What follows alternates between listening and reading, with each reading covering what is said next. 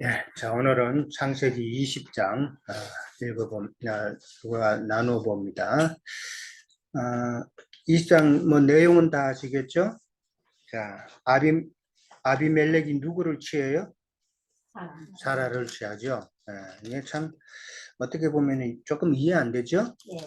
아브라함이 한 번도 아니고 두 번씩이나 이렇게 지금 자기 아내를 지금 아비멜렉에게 그냥 빼앗기는 그런 일이 생겼어요.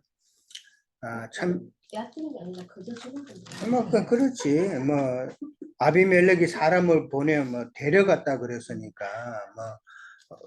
그냥 넘겨준 거지. 넘겨준 거예요. 자, 그런 상황이 됐는데 이게 참 무슨 의미인가? 이거 그냥 문자적으로 읽어서는 아무도 설명을 해주는 사람이 없어요. 진짜 세상 교회에 나도 오래 있었지만은 이거 가지고 왜 이런 사건이 일어났는지 이게 무슨 의미인지 그렇게 설명해주는 목회자는 한 번도 못 봤어요. 나는. 자, 그러고 나서 또 이제 아비멜렉에서 이제 사라가 이제 나오죠. 그 나오는데 또 태가 갑자기 또 열렸다고 또 그래요. 태가 열린 게 이게 참 비밀이단 말이에요. 그러니까 사라가 왜 아비멜렉에게 이렇게 또 데려감을 당하고 그 다음에 또 거기서 나왔을 때에 사라뿐만 아니라 아비멜렉의 집의 여인까지도 그 태가 다 열렸다는 이 말이 너무 비밀이잖아요. 그죠? 이 비밀이란 말이에요. 그러니까 이 비밀을 우리는 오늘 이제 깨달아야 되는 거예요. 자, 그러니까 이 20장은 한마디로 말해서 사라의 그 완전한 구속에 대한 내용이에요. 예. 그러니까 완전한 구속이 완전하다는 것은 성경에서는 반드시 두 번째 사건이죠. 두 번째는 완전한 것이란 말이에요.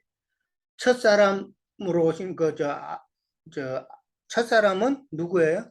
아담이죠. 그럼 둘째 사람은 예수님이단 말이에요. 그 말은 아담은 불완전한 혈과 육에 속한 사람이고 예수님은 완전하신 분이란 말이에요.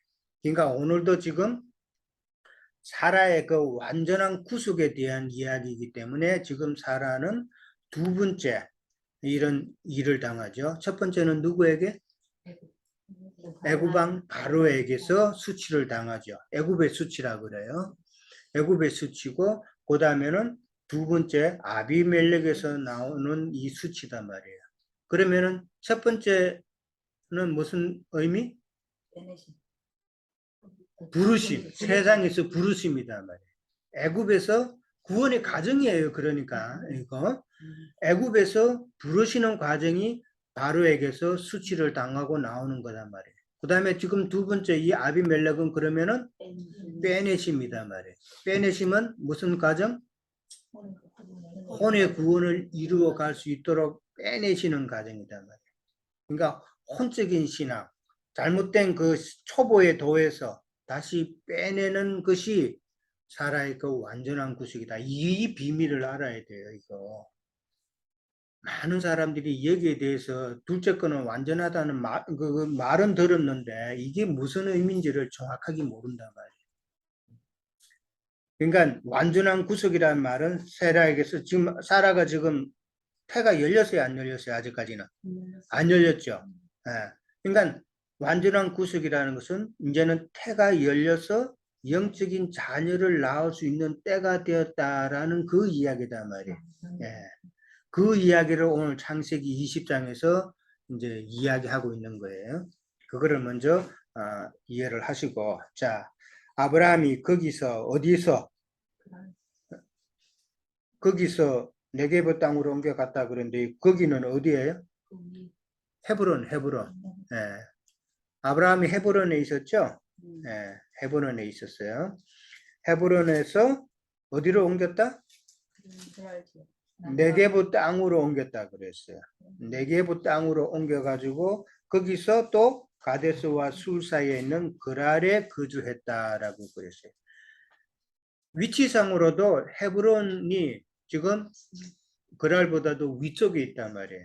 예. 그러니까 내려가는 이야기예요. 성경에서 항상 내려가는 것은 신앙이 지금 타락이 되는 그런 상태라고 이야기했어요. 예. 그러나 예루살렘을 향해 갈 때는 뭐 항상 어디서든지 간에 올라간다라고 그러는 거예요. 예. 자, 네게부 땅으로 옮겨갔다. 네게부가 지난번에 이야기했죠. 네게부 지역이 그 광야 그 지역이 그 중간선 혼적인 신앙과 영적인 신앙의 그 경계선이라 그랬어요. 예. 그러니까 경계선 밑으로 지금 내려가는 거예요, 지금. 예. 자, 그랄에 거주했다고 그랬어요. 그랄은 블레셋 지역이에요. 예. 블레셋 지역. 블레셋 지역인데 거주했다는 것은 거기에 이제 아브라함이 살았다는 이야기인데 아브라함이 이방인의 땅에 거주했다는 것은 나중에 이방인을 때에 다시 회복시키겠다는 그런 의미도 있는 거예요. 암시가 있는 거예요. 자, 그랄이란 곳은 이제 블레셋 지역이에요. 블레셋 사람의 특징을 잘 알죠? 나중에 또 나오니까 그때 보도록 합니다. 자, 2절에 가면은 이제 사라를 데려갔다라고 나왔어요. 사라를 데려간 이유는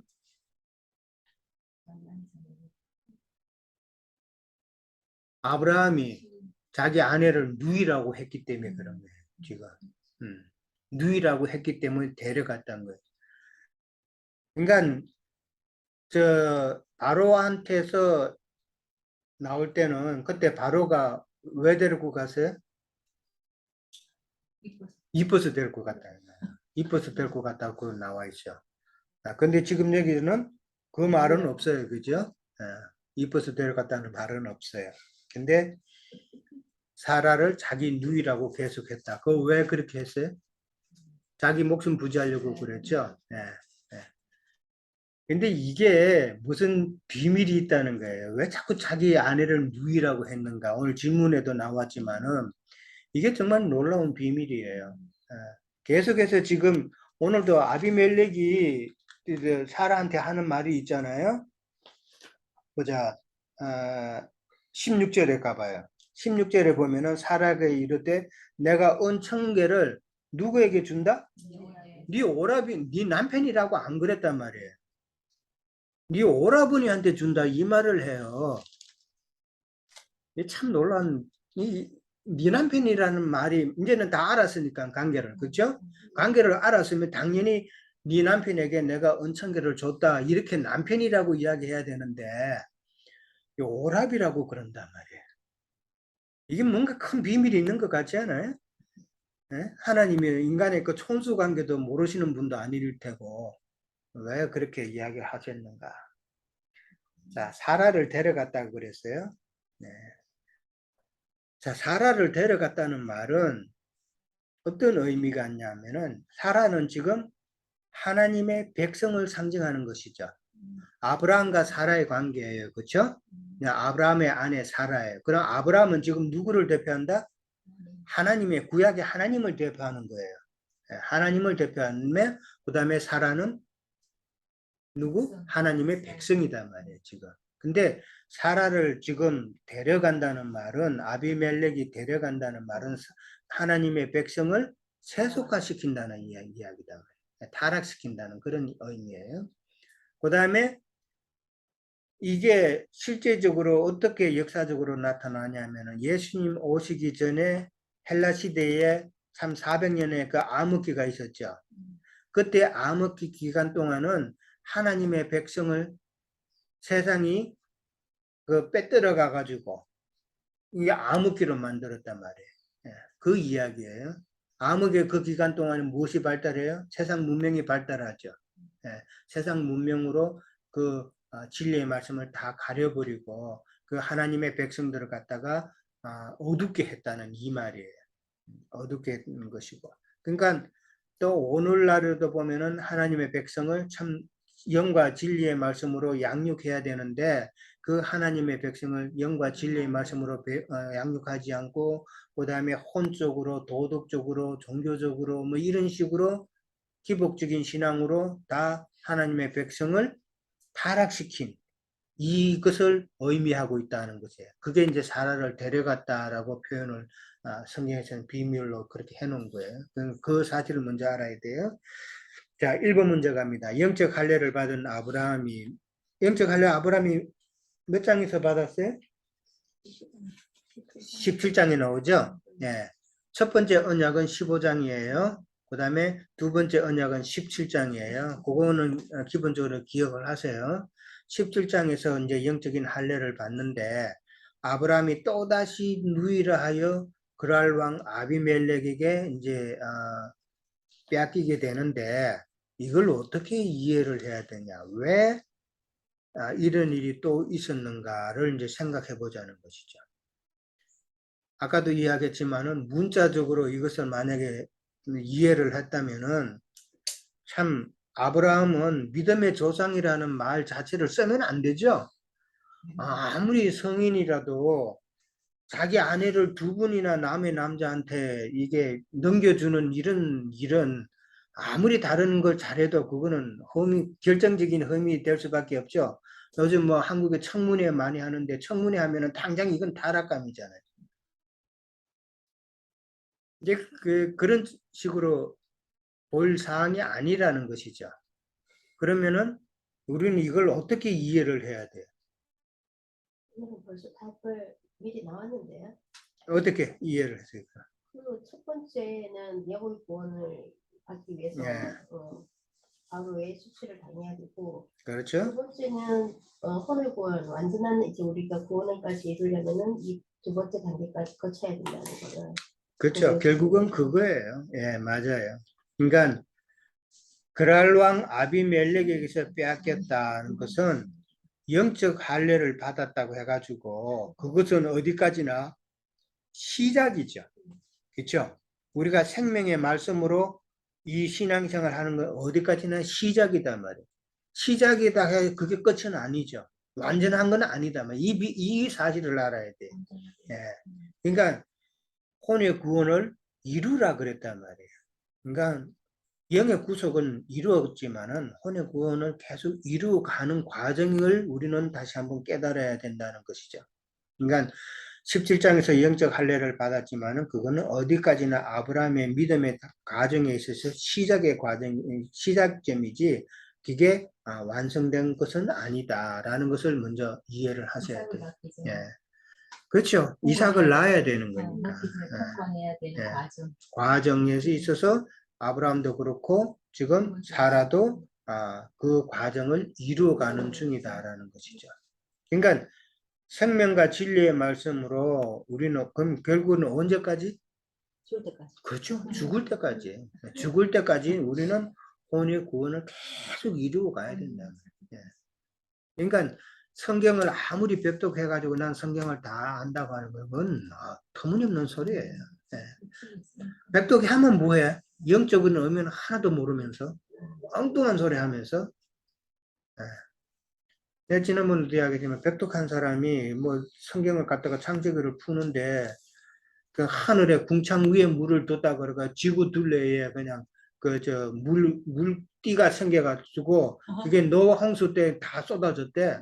이런 소리를 하는 엉터리가 어디 있어요? 예. 그걸 또 교인들이 아멘 하고 또 그래. 궁창 위에 물을 뒀다는 거, 궁창 위에 물과 궁창 아래에 물을 뒀다는 게 그런 거예요. 궁창 위에 물을 뒀으니까 지구가 물띠로 그 토성이 그 띠가 있잖아요. 그죠? 그거 있듯이 지구 바깥 둘레에 하나님이 물띠를 둬가지고 노아 홍수 때 그 물띠가 다 내려와가지고 땅이 다 홍수 접혔다. 참 노아 홍수에 대해서 너무 잘못 알고 지난번 노아 홍수 때 그 이야기할 때 제가 그랬죠?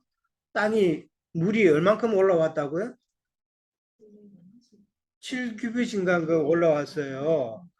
과학자들이 아무리 생각해도 그 정도 물이 올라온 것 같은 지구를 절대로 못 덮어요.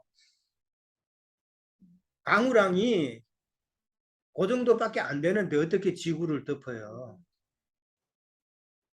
참 우매한 거예요. 네, 자, 뭐 쓸데없는 이야기 또 넘어갔는데, 예. 자, 그러면은 우리가 혼의 구원을 이루어가는 동안에는 그냥 혼의 구원을 이루어간다는 게 뭐예요? 우리가 지금 혼의 구원을 이루어가는 구로간다는 말이 무슨 말이에요, 지금? 우리의 옛사람대로 행하지 않고 옛사람은 자꾸 끊어내고 새 사람으로 하나님께 나가는 거단 말이에요. 그러면 옛사람의 성분으로 가지고 하나님을 섬긴다는 말이 무슨 말이에요? 옛사람의 성분으로. 그렇죠. 내게 있는 내 자아, 내 생각, 그 다음에 율법, 교리, 어떤 신학 이런 것으로 하나님을 이해하고 이게 하나님이다 하고 믿는 그 신앙이 지금 옛사람의 성분으로 살고 있는 거란 말이에요.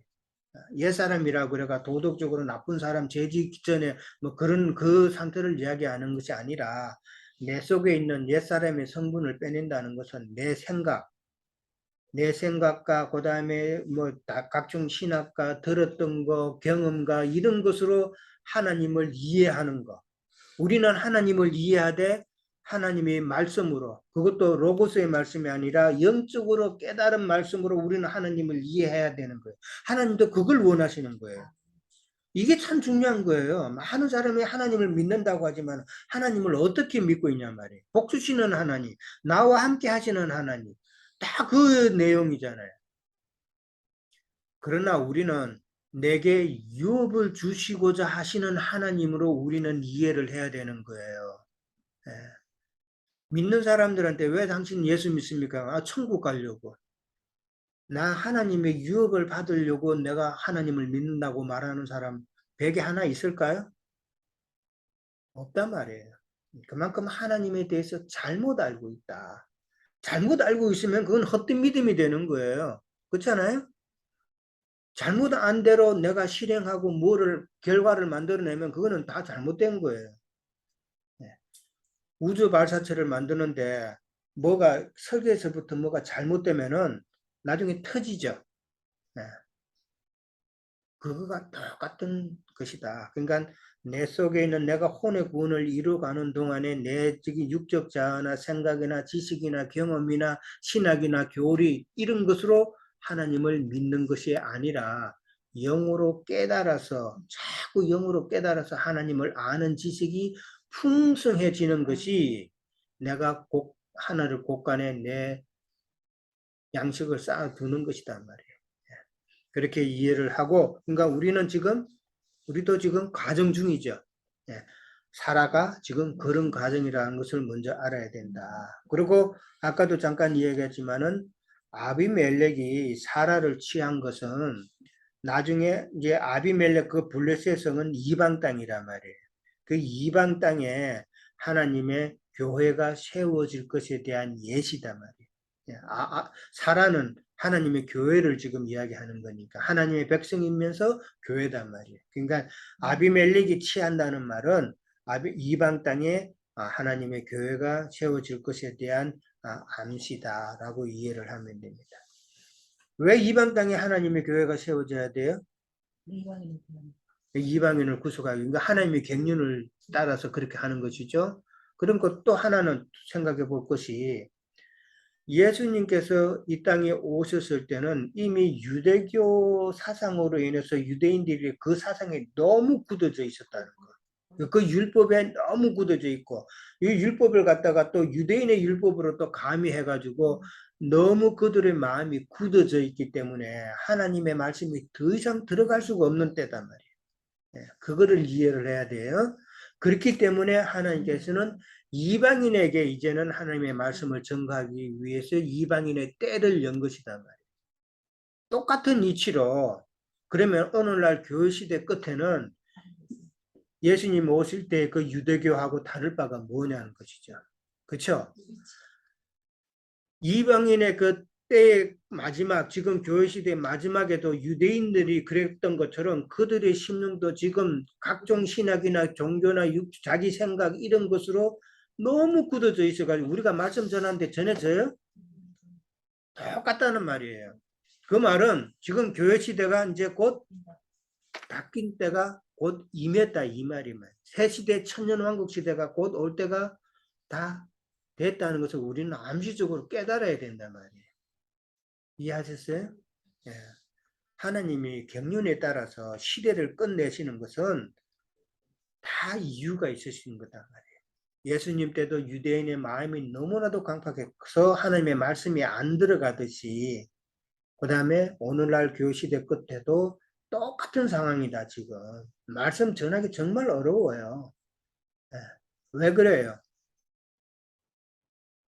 유대인들에게 있어서 자기 생각대로 유대인들이 율법을 만들었잖아요. 오늘날도 믿는다고 하는 사람들이 자기 생각으로 신학을 만들고 교리를 만들고 그거를 강요하고 거기에다가 기복신앙에다가 그 다음에 혼적인 신앙 내가 뭐 마음이 뜨고 뭐 박수치고 뭐 해서 마음이 뜨고야 성령 받았다고 하는 잘못된 이런 생각들 때문에 도저히 안 된단 말이에요. 예. 그 참 답답한 일이죠. 우리가 진리를 아니까 이런 말을 참 하는데 그자들에게는 그게 안 열리는 거예요. 그러니까 그래서 들을 귀 있는 자가 복된 거예요. 예.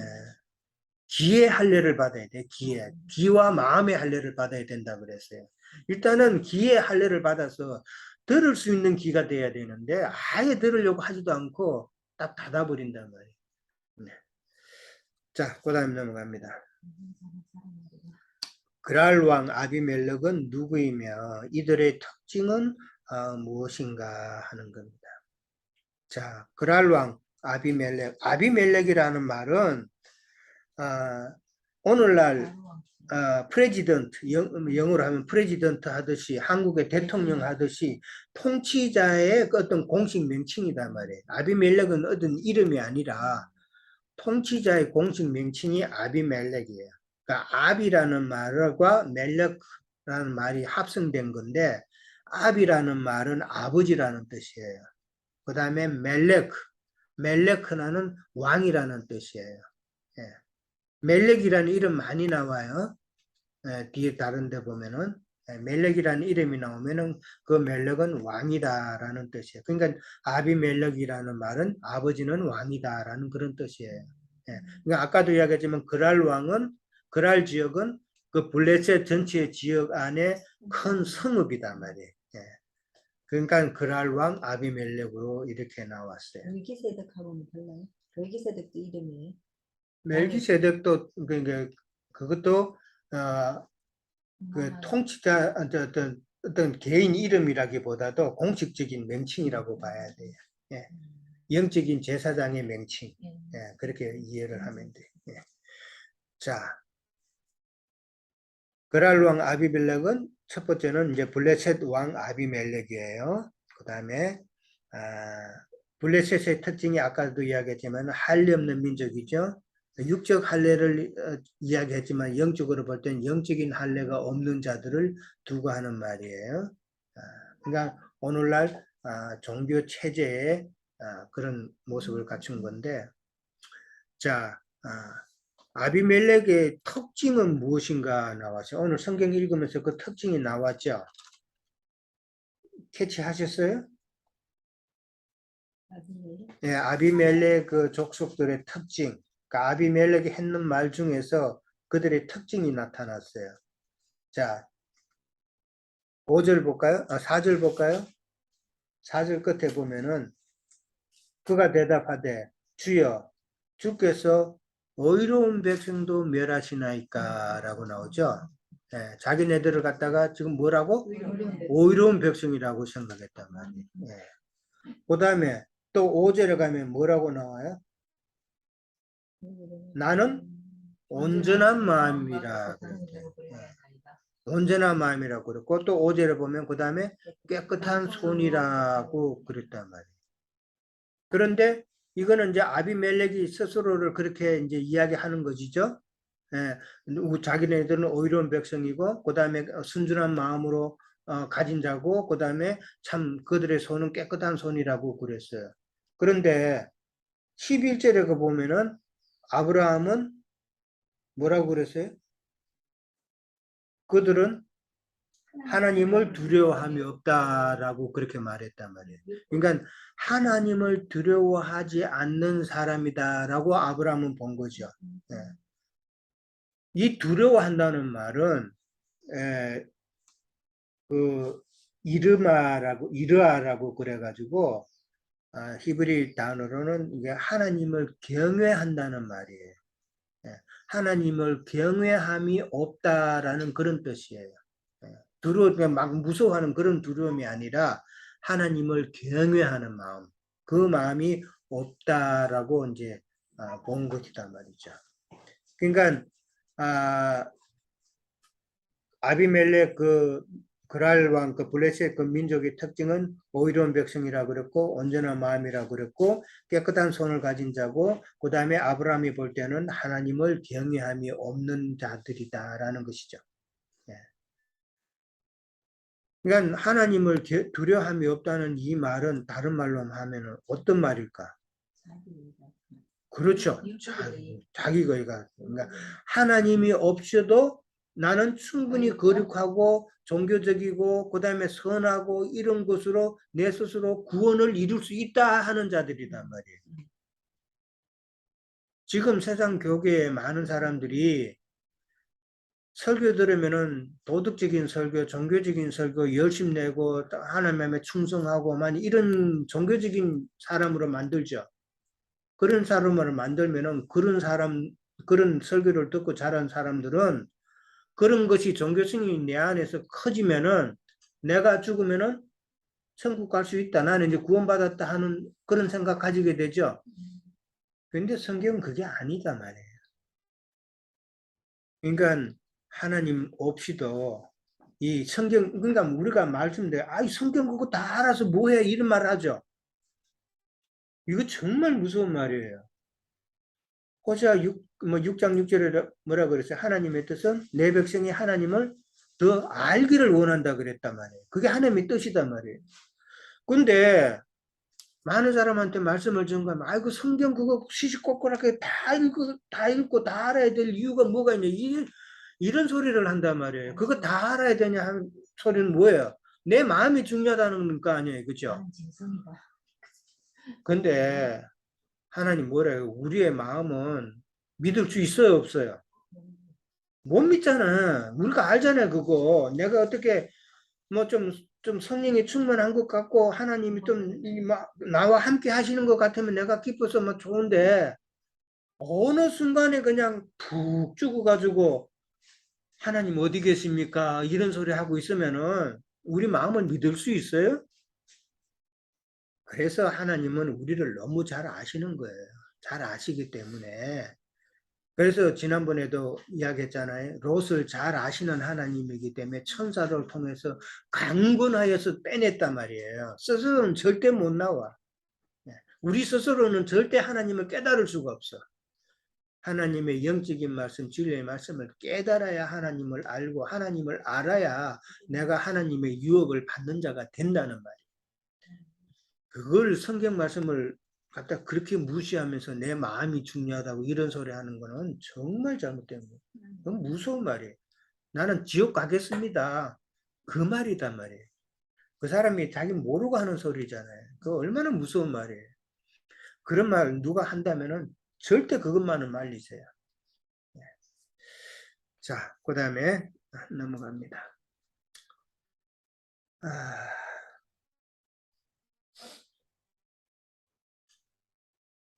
근데 9절에 가면은 이제 9절에 가면은 아비멜렉이 아브라함을 꾸짖는 내용이 나오죠. 네, 꾸짖는 내용이 나와요. 자, 그 이전에 6절에 보면은 하나님이 이제 꿈에 이제 그에게 나타나서 이제 그렇게 하니까 이제 아비멜렉이 이제 그렇게 자기네들은 이런 사람들인데 왜 벌하시려고 그러냐 할 때에 아브라함의 아내라는 것을 이제 알려줬죠. 그런데 네가 돌려보내지 아니하면이라고 그랬어요. 돌려보내지 아니하면은 큰 화를 네가 면하기 어렵다라고 그러죠. 자, 아비멜렉이 사라를 아브라함에게 돌려보낸다는 그 의미는 그런 어떤 의미일까? 그냥 단순히 몸을 돌려보내는 그걸 이야기하는 것은 아니겠죠. 예. 사라를 돌려보낸다는 그 의미는 지금 사라를 아비멜렉이 데려가 가지고 있으면 아까 데려갔다는 의미는 세속화시키고 타락시키는 것이라고 그랬죠. 예. 그러니까 세속화되고 그다음에 영적 기근의 상태로 만드는 거잖아요. 진리 말씀이 없으면은 그런 상태. 그다음에 또 잘못된 복음, 혼적인 신앙, 기복적인 신앙 이런 것으로 묶어둔단 말이에요. 묶어두는데 그것을 갖다가 다시 영적인 신앙으로 되돌아가게 하는 것이 바로 오늘 돌려보낸다는 그 의미를 우리는 이해를 해야 된다. 무슨 말인지 아시죠? 네. 그렇죠. 이게 나중에 사도행전에 가면은 똑같은 일이 이제 이제 똑같은 지금 사라를 잡아두고 다시 돌려보내는 그 일처럼 사도행전에도 이런 일이 일어나요. 사도행전 15장 한번 봅니다. 사도행전 15장 19절. 우리가 잘 아는 내용이에요. 이제 이게 이거하고 지금 이렇게 연결이 된다는 것을 우리는 알아야 돼요. 사도행전 15장은 예루살렘에서 이제 회의가 열려요. 회의가 열리는데 무슨 회의냐면은 바울이 전도하면서 세운 여러 교회가 있는데 그 교회에서 자꾸 예루살렘에서 내려온 사람들이 유대인들이에요. 유대교 신앙을 가진 기독교인들이에요. 예수님을 믿는다고 하지만 여전히 유대교의 신앙을 갖고 있는 자들이 자꾸 바울이 세운 교회의 모든 교인들에게 강요하는 게 뭐냐면 율법을 그래도 지켜야 된다고 하는 이 사상이 있단 말이에요. 그거 가지고 예루살렘에서 회의를 한 거예요. 회의를 했는데 19절에 보면은 그러므로 내 의견에는 나오는데 이 내 의견이라고 하는 이 나라는 사람은 누구냐면은 야고보예요. 야고보. 예루살렘 교회의 책임자가 이제 제일 이제 우두머리가 바로 야고보단 말이에요. 예수님의 동생 야고보. 야고보가 내 의견에는 이방인 중에서 하나님께로 돌아오는 자들을 괴롭게 하지 말라. 그러니까 이방인들이 지금 이제 예수를 믿어서 신앙생활 하는데 자꾸 유대인들이 율법을 강요하니까 이방인들에게는 그게 익숙지 않은 거잖아요. 그러니까 상당히 힘들지. 유대인들은 그게 행습이 돼가지고 습관이 돼가지고 쉽게 지켜지는데 이방인들한테 유대인의 율법을 자꾸 강요하니까 이게 예수 믿는 게 너무 힘든 거야. 그래서 지금 이 말이 나오는 거죠. 하나님께 돌아오는 것을 괴롭게 하지 말자라는 이 말이 나온 거예요. 이해됐죠? 예. 그렇게 이제 하니까 다만 이제 우리 유대인들이 지키는 그 율법을 다 이방인들한테는 이제 강요는 못하지만은 다만 그래도 꼭 지켜야 할 것 몇 가지를 갖다가 이야기를 하는 거예요. 이것만은 꼭 지키게 하자 이 이야기다 말이에요.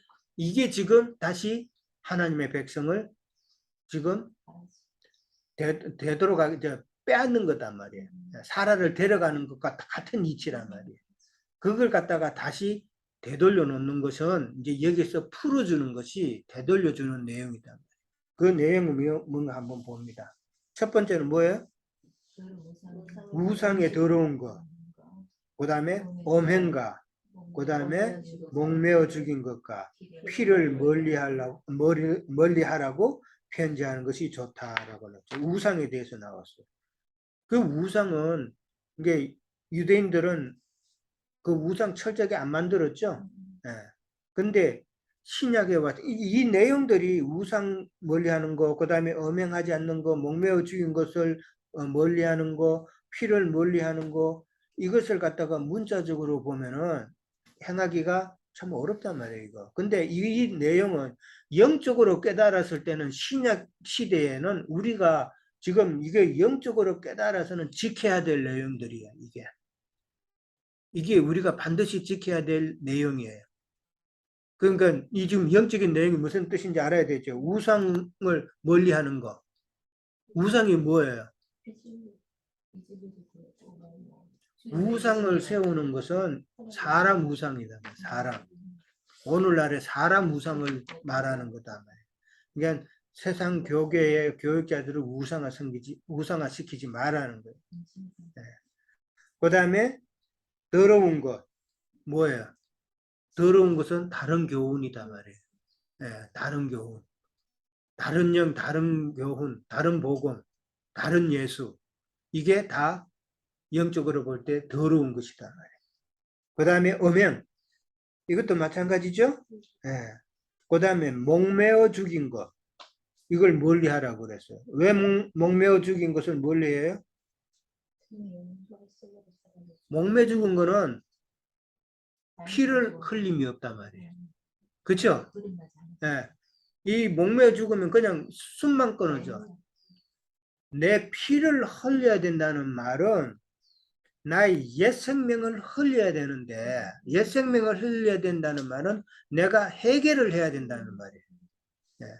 내가 회개하지 아니하고 예수님께로 올 수는 없다 이 말이에요.